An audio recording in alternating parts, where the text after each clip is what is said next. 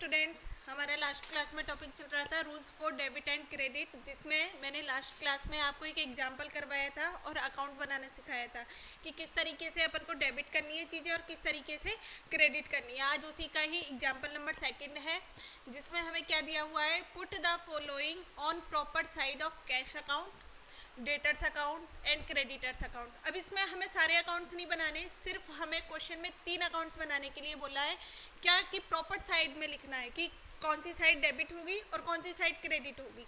ठीक है, कि proper side of cash account, debtors account and creditor account की जो ये हमारी फॉलोइंग ट्रांजैक्शन है उनको कैश अकाउंट के किस साइड में लिखा जाएगा, डेबिट साइड में लिखा जाएगा या क्रेडिट साइड में लिखा जाएगा। ऐसे ही डेटर्स अकाउंट के डेबिट साइड में लिखा जाएगा या क्रेडिट साइड में लिखा जाएगा, और क्रेडिटर अकाउंट के में ऐसे ही। कल मैंने लास्ट क्लासेज में आपको एक मेमोरी टेक्निक बताई थी कि अपन अकाउंट्स को 5 पार्ट्स में डिवाइड करते हैं। कौन सा, या तो अकाउंट होगा कैपिटल, या होगा लाइबिलिटी, या एक्सपेंसेज, या असेट्स, या रेवेन्यू। जिसमें एक्सपेंस और असेट्स के रूल सेम चलते हैं और बाकी कैपिटल का, लाइबिलिटी का और रेवेन्यू का, इन तीनों के रूल सेम चलेंगे। जिसमें एक्सपेंस और असेट्स का रूल क्या चलता है, अगर ये दोनों इंक्रीज होते हैं, असेट्स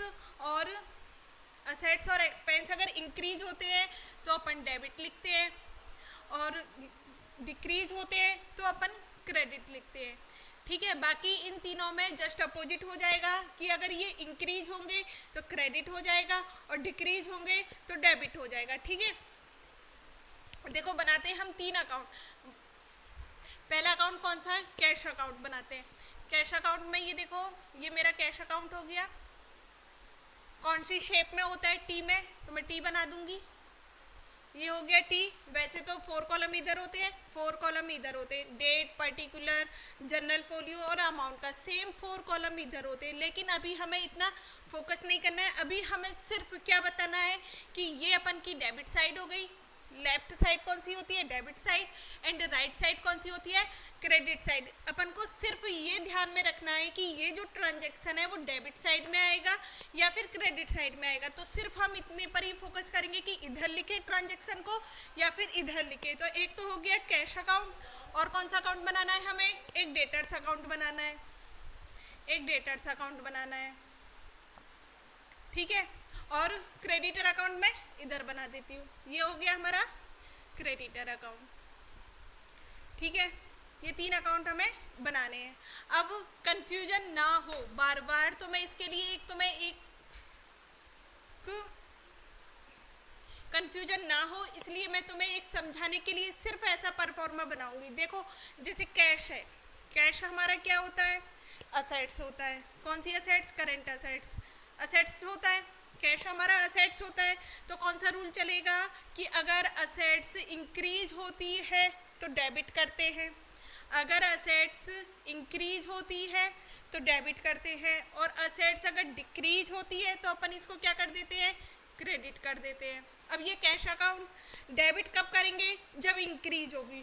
डेबिट कब करेंगे, जब इंक्रीज होगी। तो मैं यहाँ पर एक वर्ड लिख दूँ, इंक्रीज।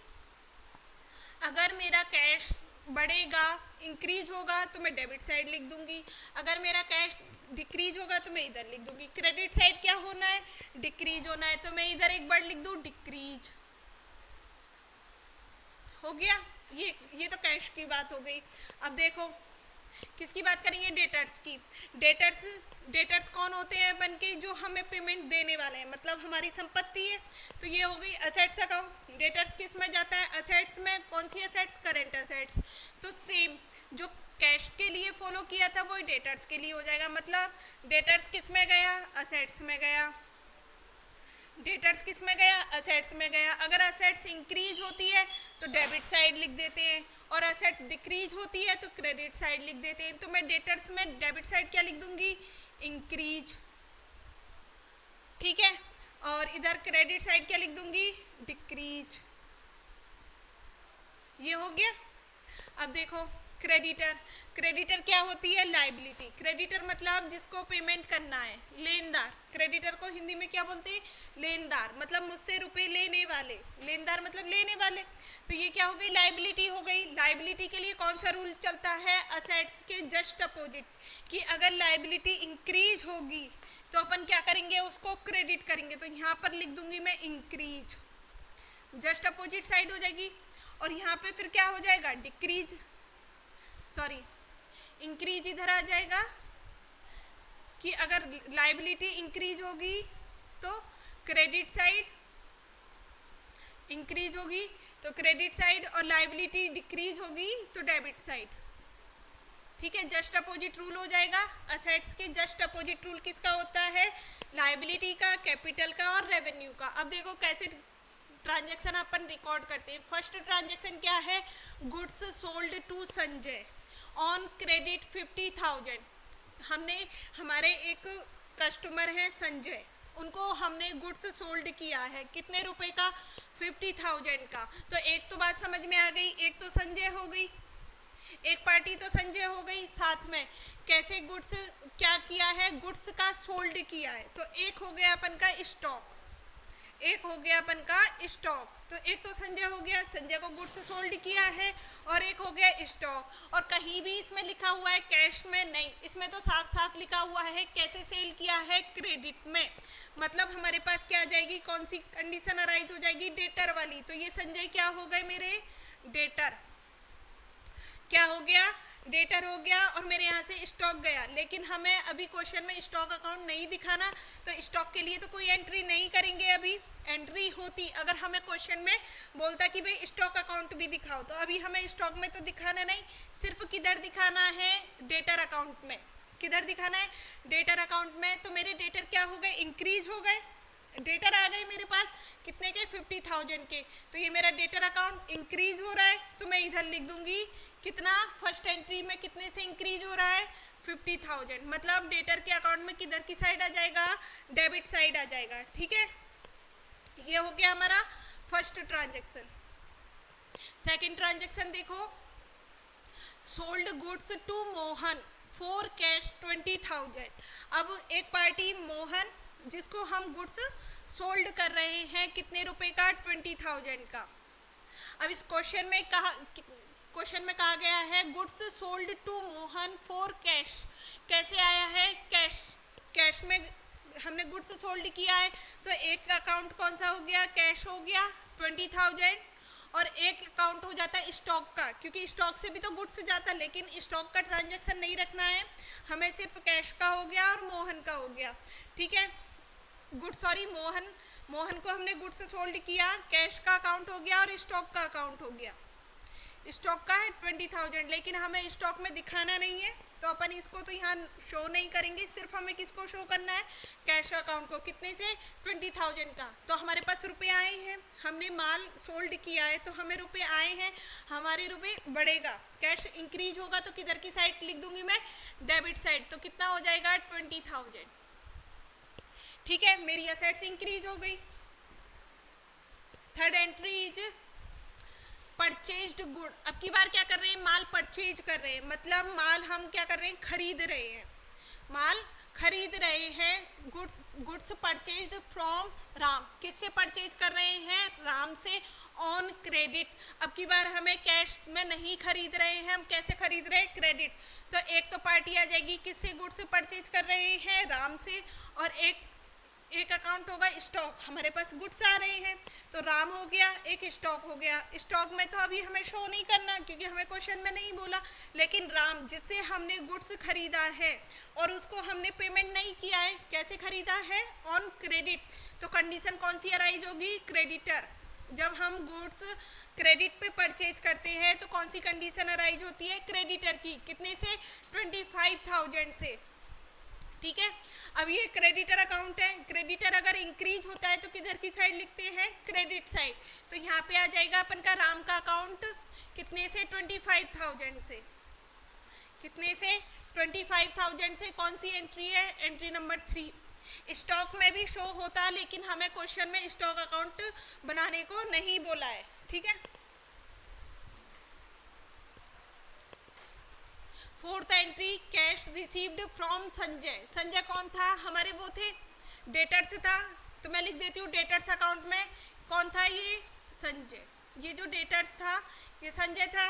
और क्रेडिटर कौन है हमारा, राम, तो मैं इधर लिख दूंगी राम। ठीक है, अब क्या बोल रहा है फोर्थ एंट्री में, कैश रिसीव्ड फ्रॉम संजय।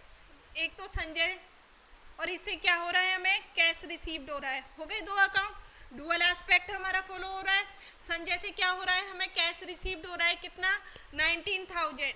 तो एक तो संजय के अकाउंट में जाएगा और एक कैश अकाउंट में जाएगा, तो संजय के अकाउंट में भी एंट्री होगी और कैश अकाउंट में भी होगी। तो हमें क्या हो रहा है, रिसीव हो रहा है कितना, 90,000 रिसीव हो रहा है 90,000।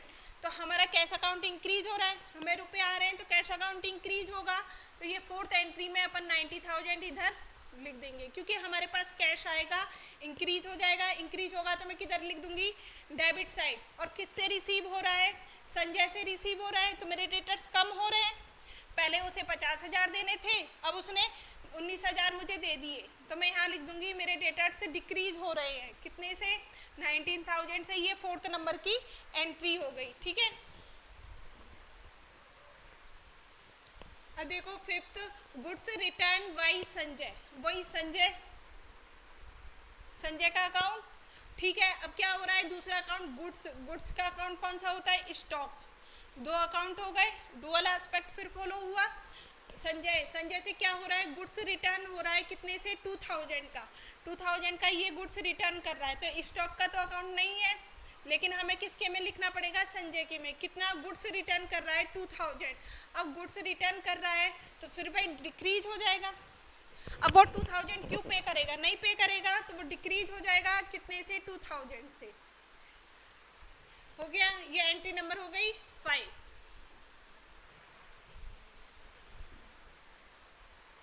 ये देखो entry number 6, cash paid to Ram. ठीक है, इसमें दो अकाउंट कौन से, एक तो राम का और एक कैश अकाउंट का। राम को पे कर रहे हैं हम 15,000। ये राम कौन था, राम से हमने भाई माल परचेज किया था, क्रेडिटर अकाउंट, क्रेडिटर था, हमारे लेनदार थे, हमसे रुपए लेने वाले थे, जिसको हमने कितना पे कर रहे हैं, 15,000। अगर हम राम को पे करेंगे तो राम के वैल्यू में डिक्रीज हो जाएगा, वैल्यू में डिक्रीज होगा तो क्रेडिट साइड लिखूंगी मैं कितना, 15,000। और ये हो गया फिफ्थ। ठीक है, और कैश अकाउंट, कैश अकाउंट में भी लिखना पड़ेगा, राम अकाउंट में भी लिखना पड़ेगा।